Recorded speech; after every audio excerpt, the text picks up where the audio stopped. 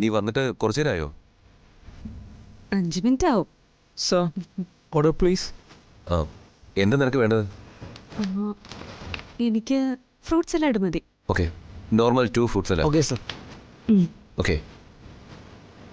അതെ, എനിക്ക് മനസ്സിലാവത്തോണ്ട് ചോദിക്കുക, എന്തിനാ സഞ്ജു കവിതകളമ്മയെ പേടിക്കുന്നേ? അവരുടെ മുന്നിൽ സഞ്ജു താഴ്ന്നു കൊടുക്കുവാണെങ്കിൽ എന്തെങ്കിലും കാര്യം ഉണ്ടാവും. അങ്ങനെ എന്തെങ്കിലും ഉണ്ടെങ്കിൽ സഞ്ജുവിനോട് ഷെയർ ചെയ്യും. കമ്പനി ഞാൻ ഏറ്റെടുക്കുമ്പോൾ കാര്യങ്ങളൊക്കെ നോക്കി നടത്തിയിരുന്നത് കവിതാപ്പച്ചിയാ. അതിൻ്റെതായ ഒരു അധികാരം അവരെന്നോട് കാണിച്ചിട്ടുണ്ട്. അപ്പോ അവർക്ക് MD സ്ഥാനം വേണമെന്നല്ലേ പറയുന്നേ?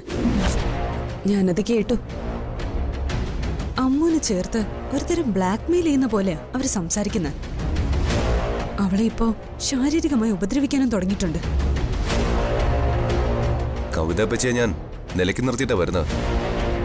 കമ്പനിയുടെ എല്ലാ പ്രധാന ചുമതലകളിൽ നിന്നും ഞാൻ അവരെ ഒഴിവാക്കിയിട്ടുണ്ട്. ഇപ്പോ ബോർഡ് മെമ്പറായി ഒതുക്കി നിർത്തിയിരിക്കുക. കൊള്ളാം, അതവര് ചോദിച്ചു വാങ്ങിയത് തന്നെയാ. അതിന്റെ ക്ഷോഭം എന്റെ മുന്നിൽ കാണിച്ചിട്ടാ പോയത്. അപ്പച്ചീനി പല അപവാദ കഥകളും പറയും. അമ്മു കുറെ കാലം എന്നെ ഭർത്താവായി കണ്ടു കഴിഞ്ഞതല്ലേ. ഇനി ഞാനാണ് അവളുടെ കഴുത്തിൽ താലി കിട്ടിയെന്ന് വരെ പറഞ്ഞു കളയും. സർ,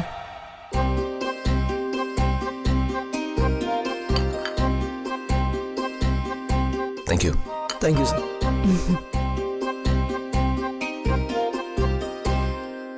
കഴിക്കാം.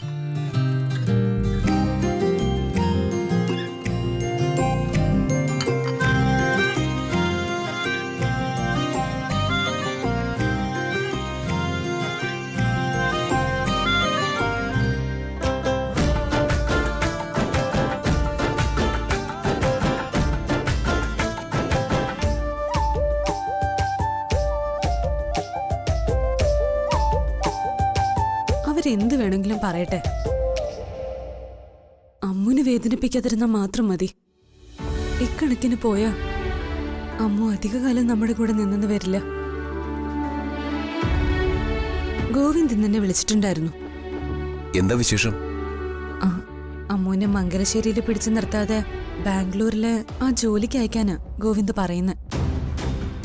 എനിക്ക് തോന്നുന്നത് അവിടെ ഏതെങ്കിലും ഹോസ്പിറ്റലില് ഗോവിന്ദിനും പ്രാക്ടീസ് ചെയ്യാൻ പ്ലാൻ ഉണ്ടെന്നാ. അല്ലെങ്കിൽ എന്തിനാ അമ്മുവിനെ മംഗലശ്ശേരിയിൽ നിന്ന് ഇറക്കാൻ ഗോവിന്ദ് ഇത്ര തിടുക്കം കാട്ടണം? അമ്മുവിനെ ബാംഗ്ലൂരിലേക്ക് അയക്കാൻ എനിക്ക് താല്പര്യമില്ല. ഞാനത് ഗോവിന്ദിനോട് പറഞ്ഞു. അവർ ഒരേ സ്ഥലത്തുണ്ടായ ക്രമേണ മാനസികമായിട്ടൊരു അടുപ്പമുണ്ടാവും. ഞാൻ ആലോചിക്കുന്നത് ഗോവിന്ദൻ എന്തേലും കാര്യം പറഞ്ഞ് മംഗലശ്ശേരിയിലേക്ക് ക്ഷണിച്ചാലോന്നാ. പണ്ട് സച്ച് നിന്നതുപോലെ അവനെയും വീട്ടിൽ താമസിപ്പിച്ച നമ്മൾ ഉദ്ദേശിക്കുന്നത് നടക്കും. പക്ഷേ ഗോവിന്ദ് അതിന് വഴങ്ങുമെന്ന് എനിക്ക് സംശയമുണ്ട്. ഗോവിന്ദ് സമ്മതിക്കും, എനിക്കതിൽ ഉറപ്പുണ്ട്. അവൻ അമ്മുനെ അത്രയ്ക്ക് സ്നേഹിക്കുന്നുണ്ട്. എന്നാ നമുക്ക് അവനൊന്ന് കാണാൻ പോവാം.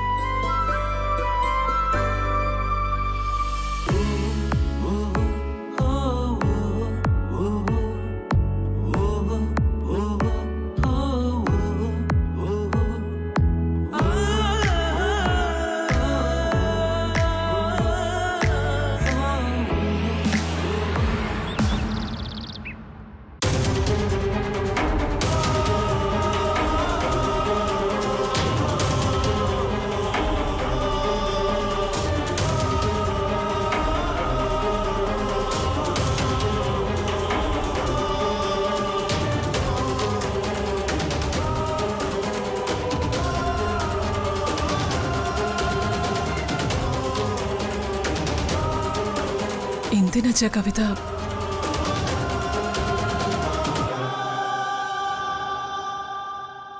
ഞങ്ങൾ ഉടനെ മംഗലശ്ശേരിയിൽ എത്തണമെന്ന് വിളിച്ചു പറഞ്ഞിട്ട് കവിത ഇതെവിടെ പോയി?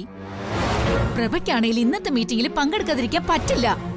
അതാ ഞാൻ ഒറ്റയ്ക്ക് ഇങ്ങോട്ട് ഓടി വന്നത്. എല്ലാവരെയും വിളിച്ചുകൂട്ടി പറയാൻ ഞാൻ നോക്കിയിട്ട് ഒരു വിശേഷവും ഇവിടില്ല.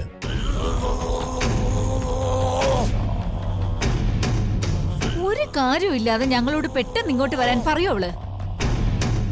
ആ ആ കവിത വന്നല്ലോ. നീ എന്തിനാ പ്രഭയോടും കാഞ്ചനയോടും ഇങ്ങോട്ട് വരാൻ പറഞ്ഞത്? ശ്രീകുട്ടി, ശ്രീകുട്ടി, ഇങ്ങോട്ട് ഇറങ്ങി വാ. അച്ഛാ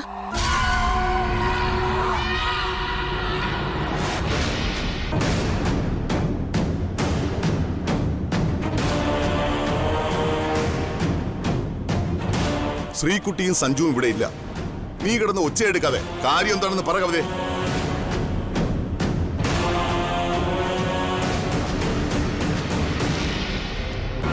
ഇവിടെ ചിലരൊക്കെ ചേർന്ന് വല്യേച്ചിയും പ്രഭേട്ടനെയും ശ്രീകുട്ടിയൊക്കെ ചതിക്കുകയാണ്.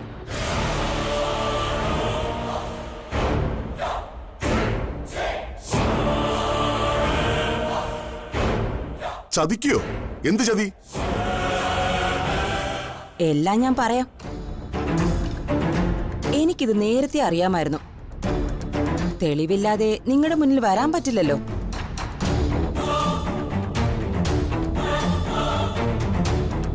എല്ലാ തെളിവും ഇപ്പൊ എന്റെ കയ്യിലുണ്ട്.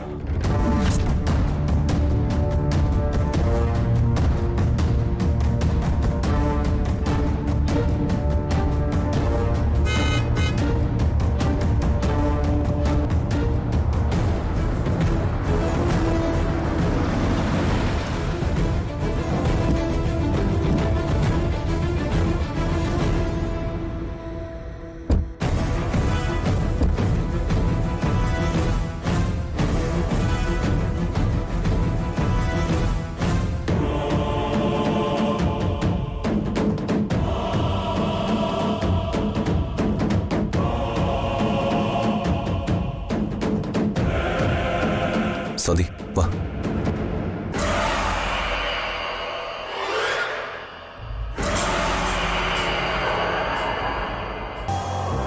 എല്ലാവരും ഇതൊന്ന് കണ്ടു നോക്ക്.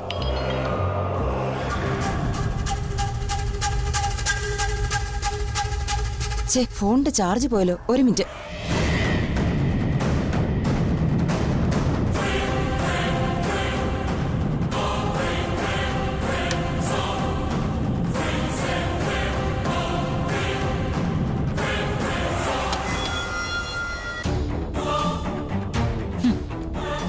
നിനക്കെന്താ കവിതേ, വല്ല മാനസിക പ്രശ്നമുണ്ടോ? നിന്റെ പേക്കൂത്ത് കണ്ടു നിൽക്കാനൊന്നും ഞങ്ങൾക്കാർക്ക് സമയമില്ല കേട്ടോ. ഇവിടെയുള്ളവരിങ്ങനെ പറയുമെന്ന് അറിഞ്ഞുകൊണ്ട് തന്നെയാ ഞാൻ തെളിവ് ശേഖരിച്ചു വന്നത്.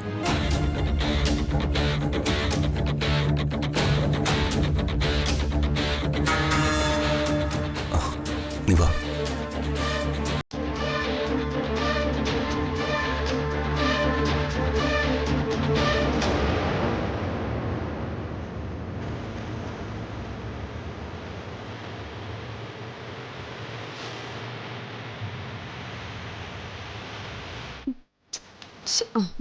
എന്താ കാണിക്കുന്നേ? വാ ഇങ്ങോട്ട്. ഇവള് ശരിക്കും ആരാണെന്ന് നിങ്ങൾക്കറിയോ?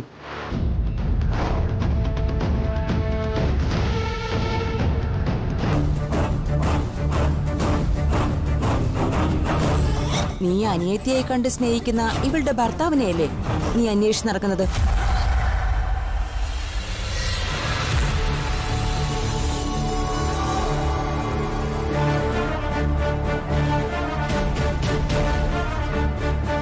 ഞാൻ ചൂണ്ടിക്കാണിച്ചു തരാം ഇവളുടെ കഴുത്തിൽ ഈ താലി കെട്ടിയവൻ ആരാണെന്ന്.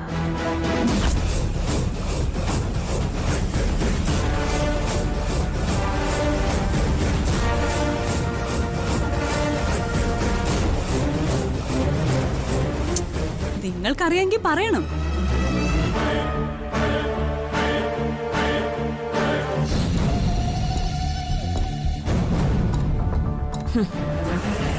ഞാനത് പറഞ്ഞാൽ അത് താങ്ങാനുള്ള കരുത്ത് നിനക്കും നിന്റെ അച്ഛനും അമ്മയ്ക്കും ഒന്നും ഉണ്ടാവില്ല.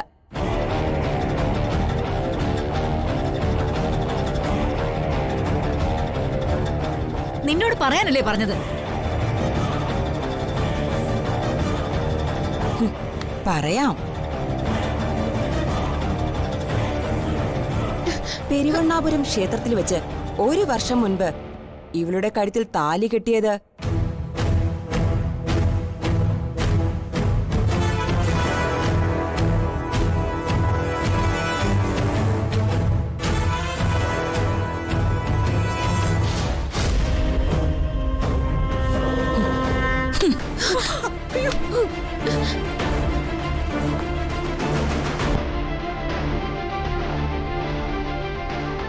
ഇവനാ.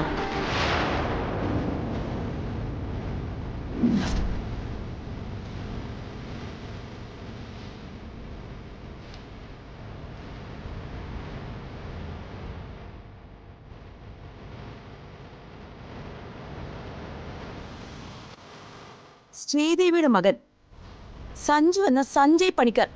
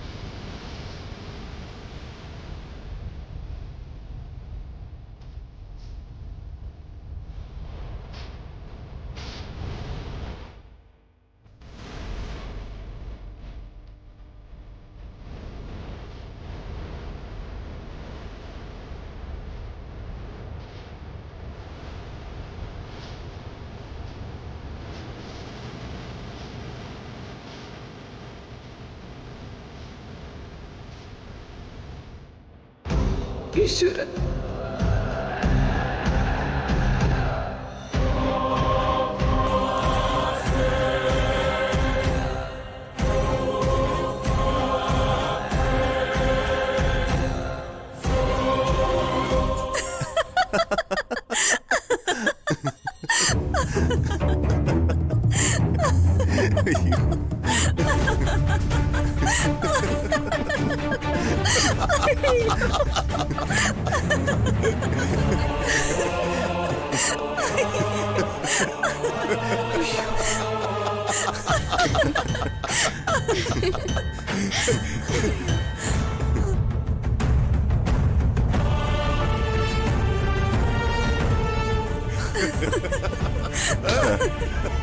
എനിക്ക് ഓർമ്മ നഷ്ടായപ്പോ ഞാൻ പറഞ്ഞ വെടിത്തര ഓർത്താണോ അപ്പച്ചി ഇതൊക്കെ പറയുന്നത്?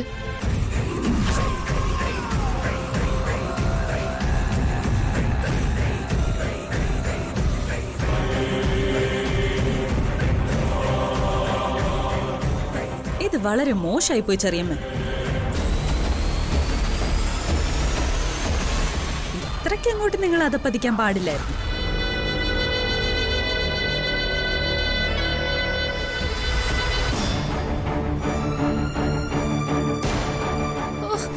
എല്ലാവരെയും വിളിച്ചുകൂട്ടി ഇത് പറയാനാണെങ്കിൽ നിനക്കൊന്ന് ഫോൺ ചെയ്ത് പറഞ്ഞുകൂടായിരുന്നു കവിത. അപ്പൊ ഞാനേ ഓഹോ അങ്ങനെയാണോ എന്ന് ഞാൻ ഫോണിൽ കൂടി മറുപടി പറയില്ലായിരുന്നു. ഇത് ചുമ്മാ മനുഷ്യനെ വിളിച്ചു വരുത്തി ടെൻഷൻ അടുപ്പിക്കാൻ വേണ്ടി.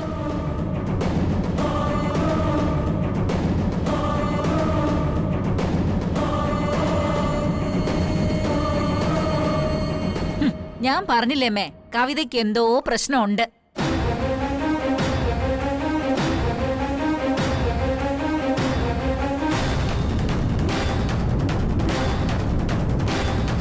അത് ഞങ്ങൾക്ക് മുമ്പേ അറിയാവുന്നതല്ലേ. കല്യാണം കഴിക്കാത്തതിന്റെ ഫ്രസ്ട്രേഷൻ ആണെന്ന് ഞാൻ പറഞ്ഞ അപ്പൊ എന്നെ കൊല്ലാൻ വരും.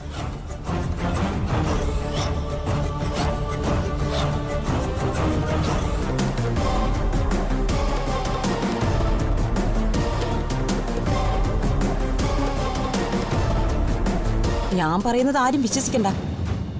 തെളിവ് ഞാൻ കാണിച്ചു തരാം.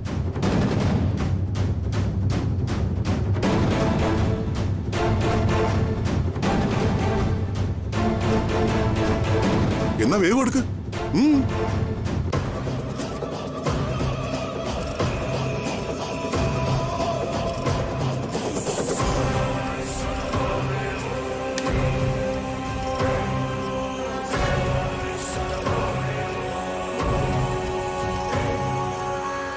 കാണിച്ചു തരാം ഞാൻ.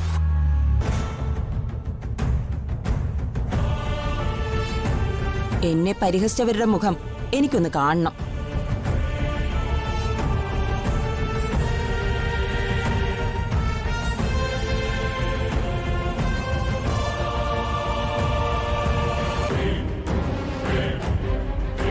ദൈവമേ, വീഡിയോ അറിയാതെങ്ങാനും ഡിലീറ്റ് ആയതാണോ? കാണുന്നില്ലല്ലോ.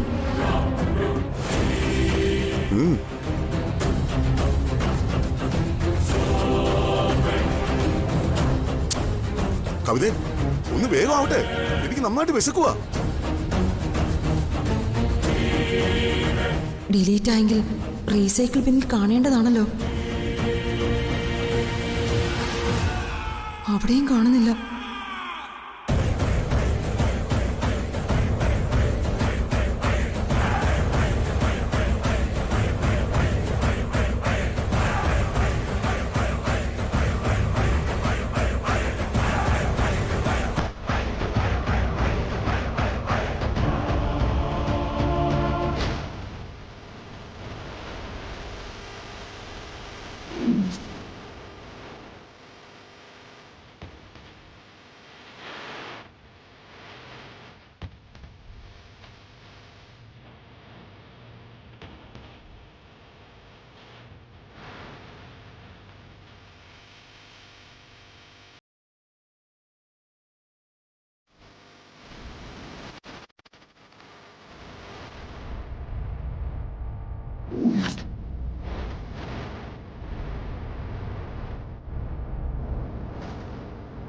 എന്താ ചെറിയമ്മേ, തെളിവൊന്നും കാണുന്നില്ലേ?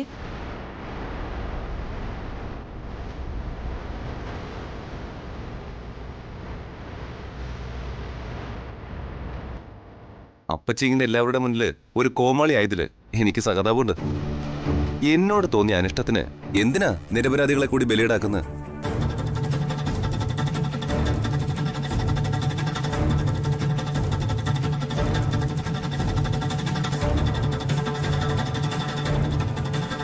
കമ്പനിയുടെ MD കസേര അപ്പച്ചയ്ക്ക് വേണോന്ന് പറഞ്ഞു. അത് ഞാൻ എങ്ങനെ അപ്പച്ചയ്ക്ക് വിട്ടുതരും?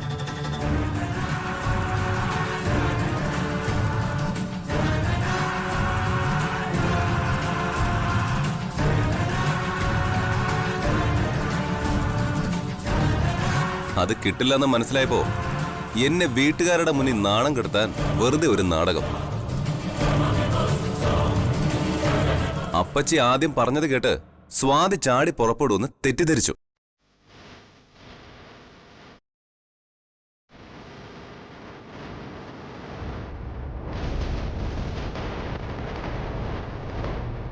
അപ്പച്ചിയും ഈ വീട്ടിലുള്ളവരും കാണുന്നതിന് മുമ്പേ തുടങ്ങിയതാ ഞാനും സ്വാതിയും തമ്മിലുള്ള ബന്ധം.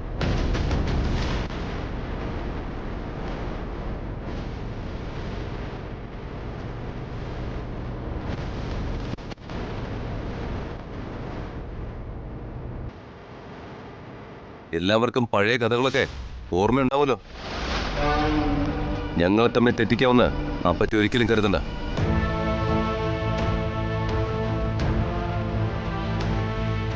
സ്വാതി ഇല്ലെങ്കിൽ സഞ്ജു ഇല്ല, സഞ്ജു ഇല്ലെങ്കിൽ സ്വാതിയും ഇല്ല.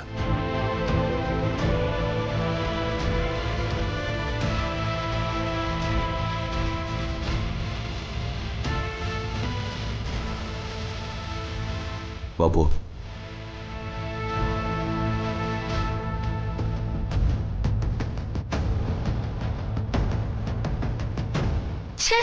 ഇങ്ങനെയുണ്ടോ സ്ത്രീകള്?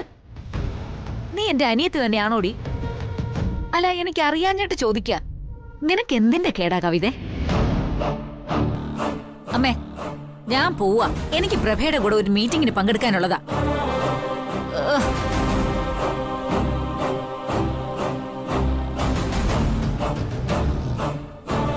ഇനിയും നിന്റെ ആവനാടിയിലുണ്ടോ തുരുമ്പെടുത്ത് ഇതുപോലുള്ള ആയുധങ്ങൾ?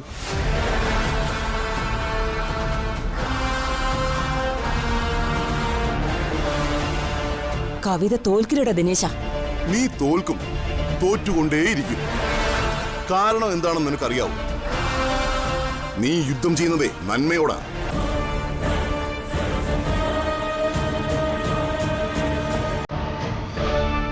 നീ തിന്മയുടെ അവതാരവും. ഏതു യുദ്ധത്തിലും നന്മ മാത്രമേ ജയിച്ചിട്ടുള്ളൂ.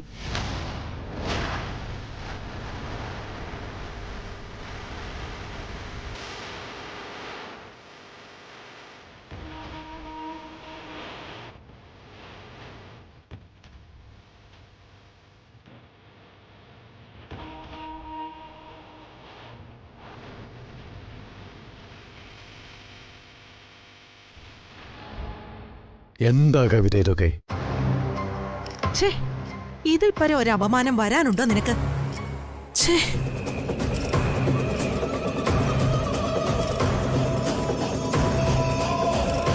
നൂറ് തോൽവിക്ക് ശേഷം ഒരു ജയം ഉണ്ടാവുക തന്നെ ചെയ്യും. അതാണ് വിജയം.